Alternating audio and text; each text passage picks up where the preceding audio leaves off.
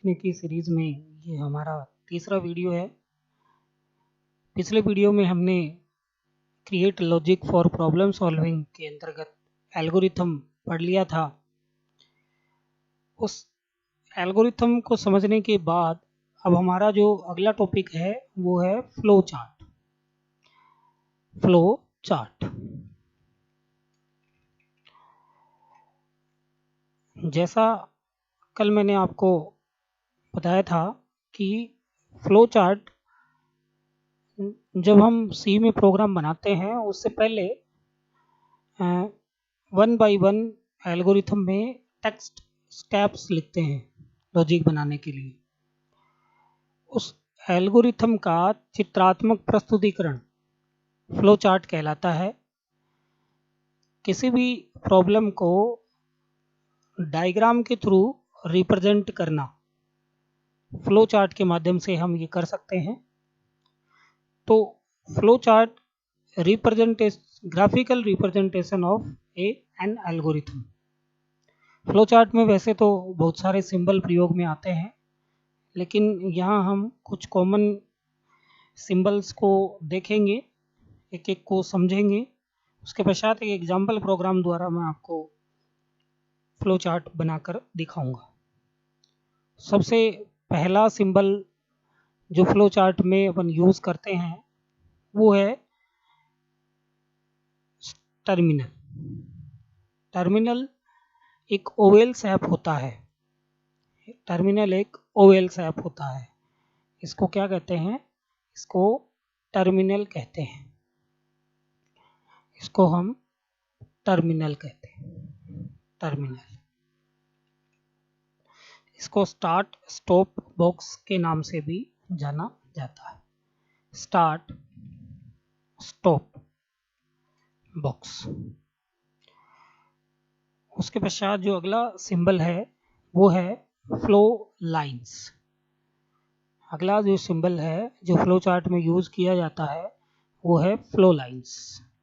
Flow lines कई प्रकार की हो सकती है, जैसे left to right, right to left, top to bottom, ये बॉटम टू टॉप, और अगर अपन लगाएं तो टॉप टू बॉटम। इनको क्या कहते हैं students? Flow lines. Flow lines. उसके बाद अगले सिंबल के रूप में हम यूज करते हैं डायमंड शेप का। किसका यूज करते हैं? डायमंड शेप का।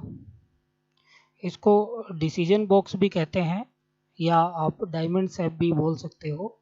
ये डायमंड शेप, इसको क्या बोलते हैं? Decision box.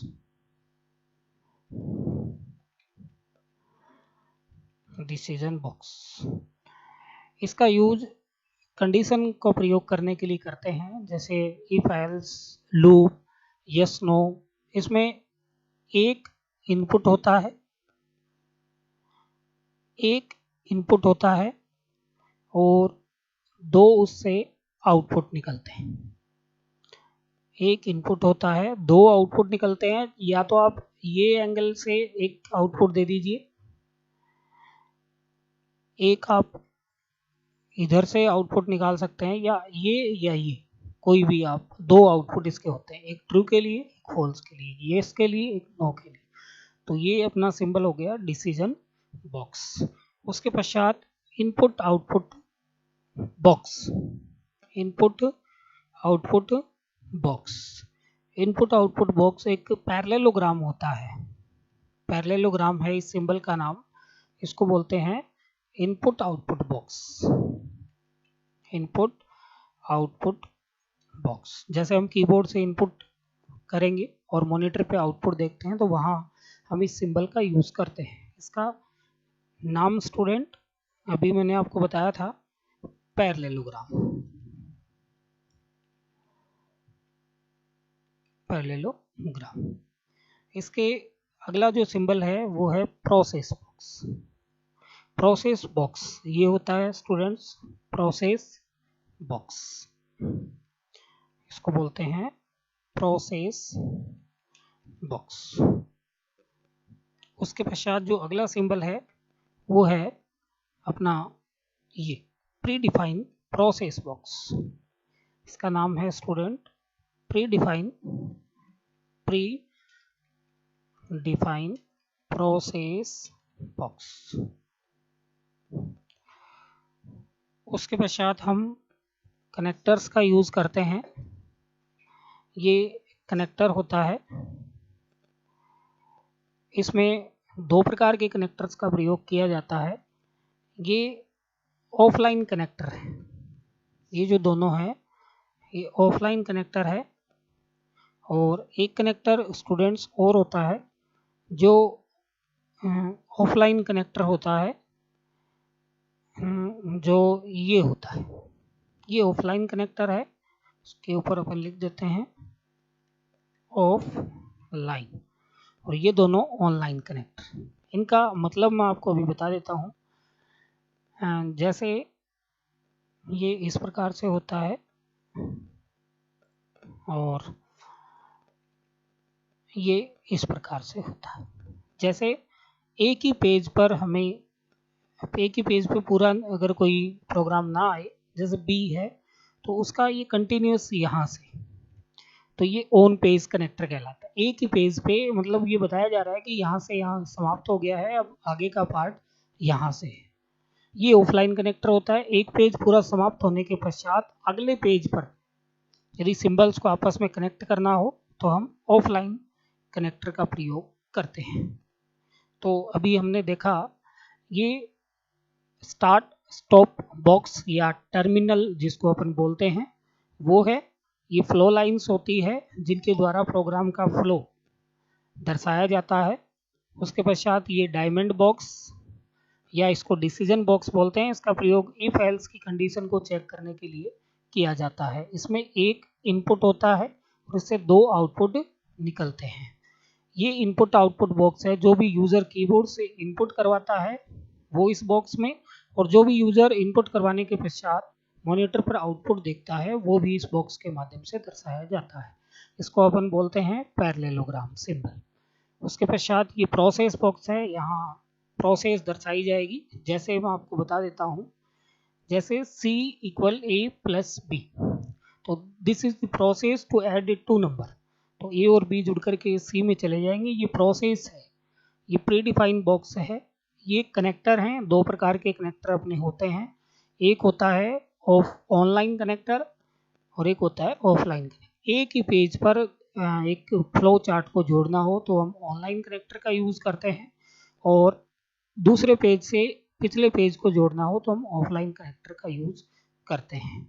अब स्टूडेंट्स, अगर आपके ये फ्लो चार्ट समझ में आया तो हम दो संख्याओं को जोड़ने का एक फ्लो चार्ट तैयार कर लेते हैं। अभी मैं आपको दो संख्याओं को जोड़ने का एक फ्लो चार्ट बना करके बताता हूँ ताकि आपको अच्छी तरह से फ्लो चार्ट का कॉन्सेप्ट समझ में आ जाए।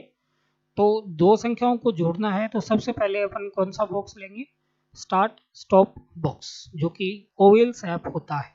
ये ओवल शेप होता है, तो यहाँ हम इस ओवल शेप का प्रयोग करेंगे। तो इसके अंदर हम लिख देते हैं स्टार्ट।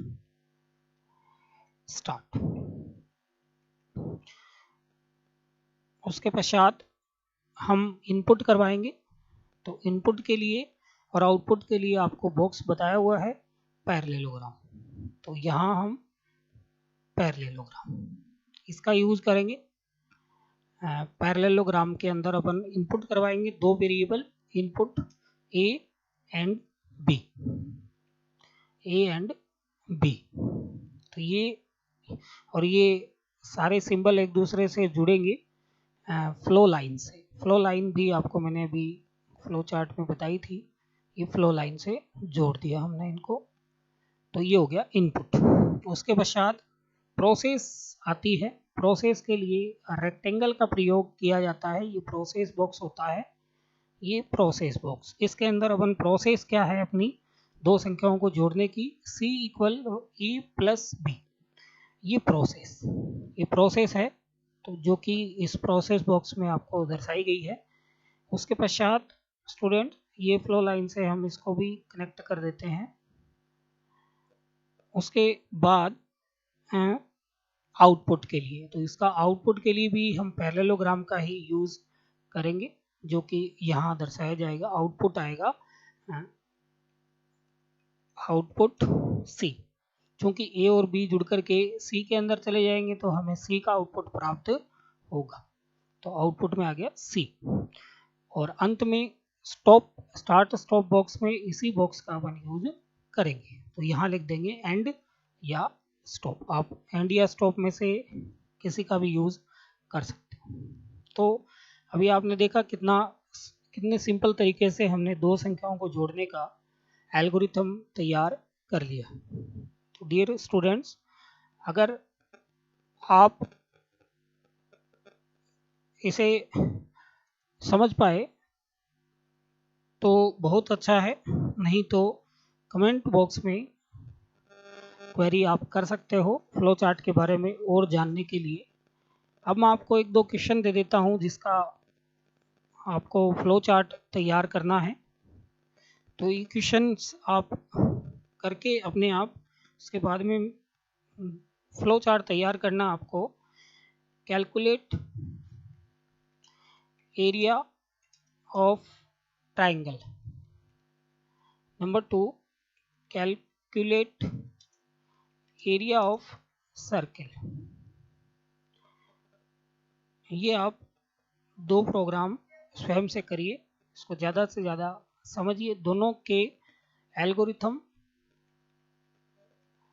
एंड फ्लो चार्ट आपको तैयार करने हैं, एल्गोरिथम और फ्लो चार्ट।